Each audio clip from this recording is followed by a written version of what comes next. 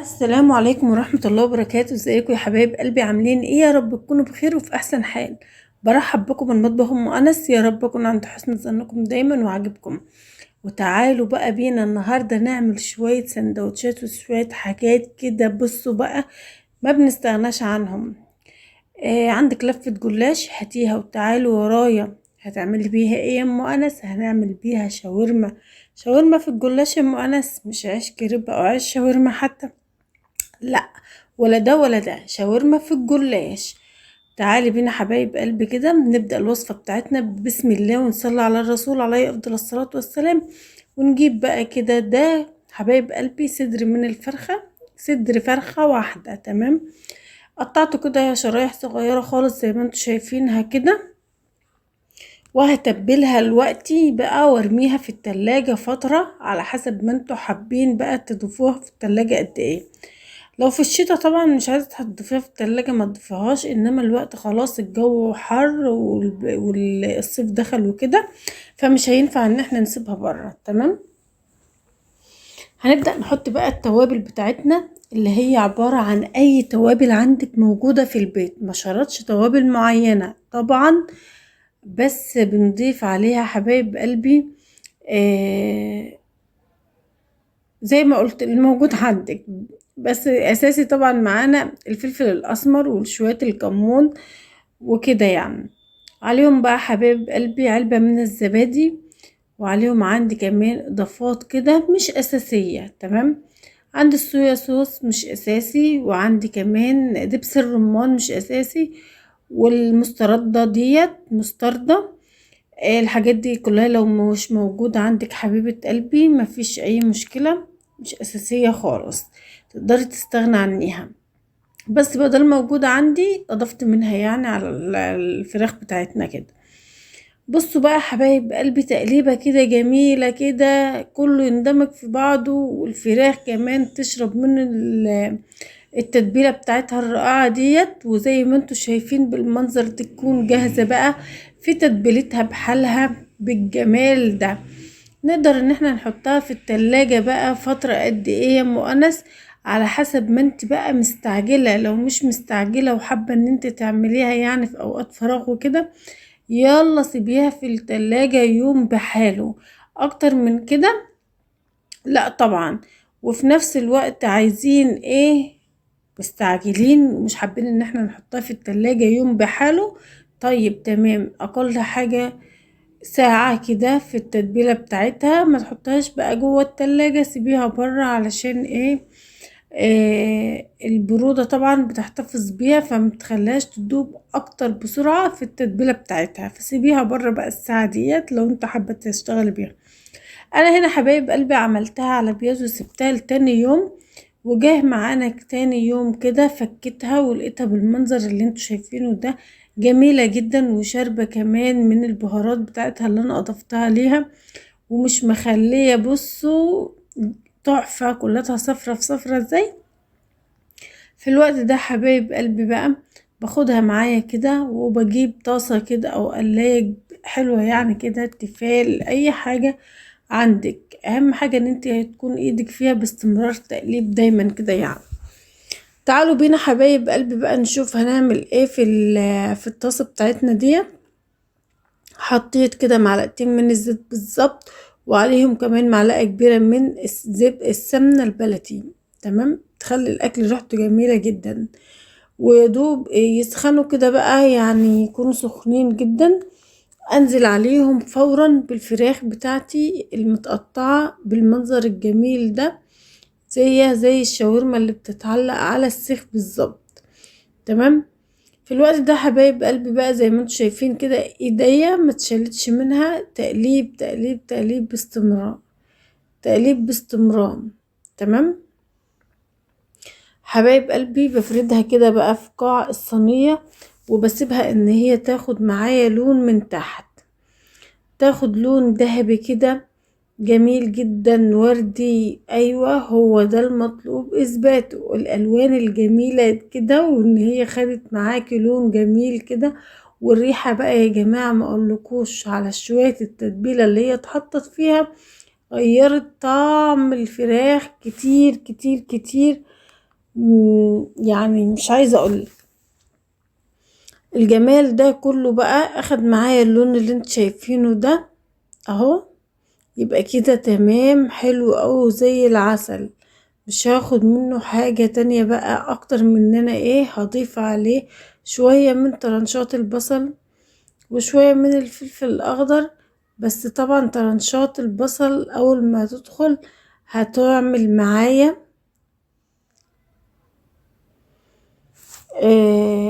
طعم جميل جدا. بصوا بقى حبايب قلبي، في الوقت دوت بنزل بقى بطرنشات البصل اهو، مقطعاه طرنشات رقيقة جدا جدا. بتفكي بقى الفراخ بتاعتنا كده مع البصل تقليب مستمر كده، بحيث ان البصل يندمج مع الفراخ وياخد من طعمه من طعمها، وكمان البصل تاخد الفراخ من طعمه. بيكون تحفة أوي في الوصفة دي. تعالي بقى حبيبة قلبي، بعد ما البصل خلاص اتبل معايا وقلبته وكويس وعسل قوي كده تمام، انزل عليه بقى انا مش عايزة طبعا اسوي البصل نهائيا، لا انا عايزة تقريبا كده البصل بتاعي يدبل حاجة بسيطة كده جدا، بس يكون فيه لسه روح كده. وبعدين ابدأ بقى بالترنشات الفلفل الاخضر على الاحمر الوان. لو مش متوفر عندك طبعا الالوان ديت تقدري ان انت تستخدمي الفلفل الاخضر بس. تمام. في الوقت ده حبايب قلبي ايدي على طول فيها كده بقلبها، علشان طبعا الطرحة حبايب قلبي زي ما انتم شايفين كده. ده الوصفة بتاعتنا النهاردة، وكمان ده شكلها كمان بعد لما خلاص اتعصجت. اوكي يا حبايب قلبي، اتعصجت خلاص كده وبقت زي العسل، ما عادش ليها فرم ولا عاد ليها بوز ولا عاد ليها. عرفتوا؟ تعالوا بقى حبايب قلبي، هنا تكون خلاص بقى الشاورما بتاعتنا وسع وسع وسع جاهزة جدا للي انتي تعمليها بقى في عيش سوري، في عيش من البلدي، اي حاجة تقدري موجودة عندك من غير تعب ولا ارهاق اعمليها، احشيها في قلبها بشوية كاتشب وشوية مايونيز. يا سلام يا سلام يا سلام، الله جميلة جدا اهي. اسيبها بقى تبرد معايا كده شوية، واجي بقى حبايب قلبي زي ما انتوا شايفين كده سبتها خلاص تتبل كده وتبرد معانا كده. وصاحب ال وصاحب ال تعالوا بقى حبايب قلبي نجيب لفة الجلاش بتاعتي اللي انا اتفقت معاكم عليها. هنعمل النهاردة شاورما بالجلاش مش بالورق بتاع الشاورما. هجيب بقى حبايب قلبي اللفة بتاعتي زي ما انتوا شايفينها كده، مش هقطعها ولا هقسمها ولا ايوتا حاجة، انا هضيفها بحالها زي ما هي معمولة كده. تمام. اول حاجة حبايب قلبي هنبدأ بورقتين اللي هو بقى السندوتش عامة بتاع الشاورما او الكريب بتاع الشاورما، فعادي مش فارقة والله. هنبدأ بقى نشوف نعلق بقى بالتعليقات على الفيديو الجميل ده. تمام. نحط طبقة بقى كده ورقة من الجلاش وندهنها دهنة بسيطة من السمنة او الزيت على حسب ما عندك يعني، عشان بس الورقة التانية اللي انا هحطها فوقها تلزق في فوقها كده، وفي نفس الوقت يكون الفطيرة بتاعتك في ايديكي كده مورقة وجميلة. حطيت بقى شوية من الكاتشب على الجلاش بتاعنا وعليهم مايونيز طبعا، بيخلي الطعم حكاية ورواية جميلة جدا. تمام. في الوقت ده حبايب قلبي بقى بنزل بالخلطة بتاعتنا اللي هي الأساسية، وهي الفراخ بالفلفل بالبصل، الوصفة النهائية للشاورما. وقد ايه الحشو بتاعي جميل جدا وسهل جدا. وعملت كمان حمرت كمان بطاطس صوابع جميلة جدا، بتخلي السندوتش بتاعنا غني كمان يعني نشويات من جوه جميل جدا. ورشة بسيطة كده من الكاتشب وكمان رشة بسيطة من المايونيز. وبصوا بقى عنكم ما تشوف الا النور، زي ما شفتم كده حبايب قلبي. بالفرشة بتاعت الجميلة بقى بدهن بس برضو الاطراف بتاعت الجلاش، بحيث ان هي تكون مورقة كده وجميلة معايا. خلاص كده طبقتها. احب ان انا اقول لكم ان انا المفروض احطها بقى لما احنا نبدأ في واحدة تانية. تمام. اهو انا كده ولعت النار. وانبو على ما نشوف بقية الجلاش بتاعنا ايه، نحشيه بقى بالمنظر نهون وهنحشيه ازاي. وبرضو فطاير زي ما انا عاملاها كده، ولا نعملها سندوتشات وخلاص؟ ايه رأيكم؟ الاولاد بيحبوا السندوتشات كده اكتر من الحاجة التانية ديت. تمام. كالعادة طبعا زي ما انتم شايفين كده الكاتشب وعليه المايونيز وبعدين الفراخ وبعدين الجبنة حبيبة قلبي. وكل ده طبعا معمول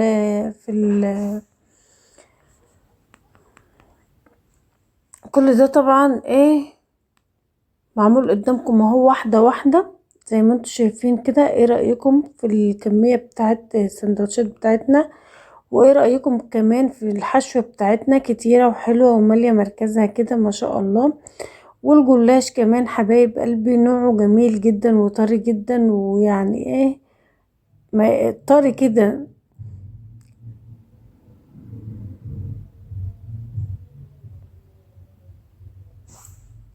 اهو يا حبايب قلبي بطبقها كده زي ما انتوا شايفين كده، واديلها برضو دهنة بسيطة كده من السمنة عشان الفطيرة بتاعتنا تورق وتكون شكلها جميل. مم.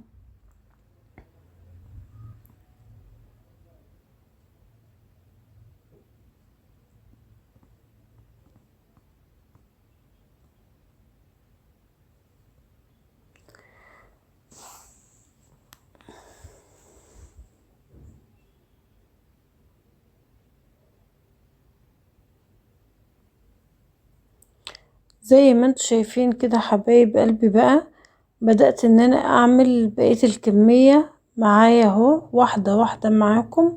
وكمان حشيتهم معاكم زي ما انتوا شايفين كده، وحطيت من الفوق كاتشب وكمان عليهم مايونيز. والموضوع ما شاء الله سهل جدا جدا وجميل جدا جدا. تقدروا تعملوه في ثواني، ما بياخدش وقت خالص. تمام. بحط بقى رشة برضو من الزبدة هنا او السمنة، ومن الجهة التانية كمان، بحيث ان انا لما احطه على النار يكون شامم اسمي حتى.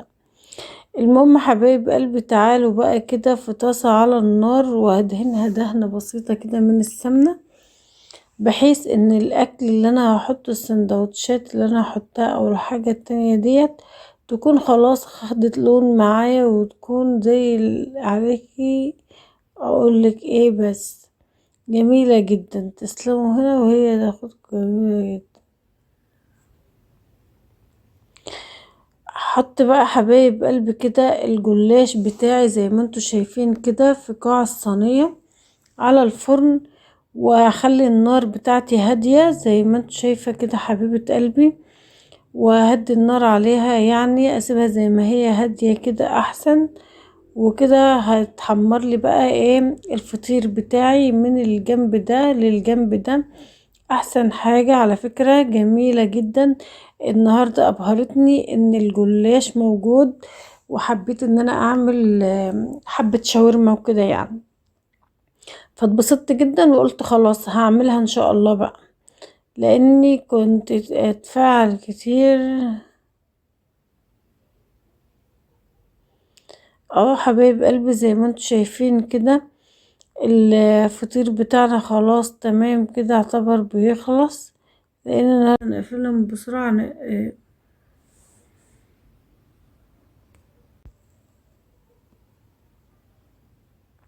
وده منظر بقى الحاجة بتاعتنا الجميلة زي ما انتوا شايفينها كده. بصوا بقى على السندوتشات وعلى الفطاير بتاعتنا الجميلة جميلة جدا. عملت 4 فطيرات، وعملت كمان سندوتشات بالطول كده للأولاد بقى يمسكوها في ايديهم وبألف هنا كده. وايه رأيكم بقى نفتح واحدة كده ونشوفها؟ إيه الجمال ده! شايفين قاع الفطيرة وشايفين وش الفطيرة عامل ازاي؟ الله الله الله، جميل جدا جدا. تعالوا بقى نفتح واحدة كده ونشوفها. ما شاء الله ما شاء الله. الفطيرة مش باينة، الكلفة اللي في قلبها روعة روعة روعة. الله يبارك لكم فيهم يا رب. حطوا لايك للفيديو واشتراك للقناة وفعلوا الجرس يوصل لكم كل جديد من مطبخ ام انس.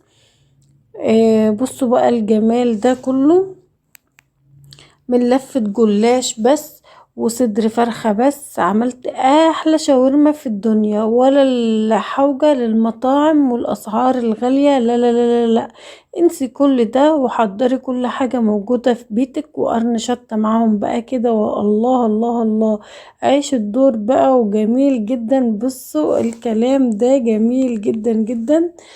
وبألف هنا يا حبايب قلبي، يا رب اكون عجبتكم وفي حفظ الرحمن. لا، تعالوا نشوف بقى حبايب قلبي السندوتشات. وقلب السندوتشات اخباره ايه؟ اهو السندوتش بتاعنا غني جدا جدا بالحاجات اللي احنا ضايفينها في قلبه. يعني حابة اقول لكم كمان ان الجلاش خلص مني في الاخر على اخر سندوتش واحد، فحبيت ان انا اعمله بعيش بلدي من البيت اهو، وحمرته مع الجلاش في قلب الجلاش.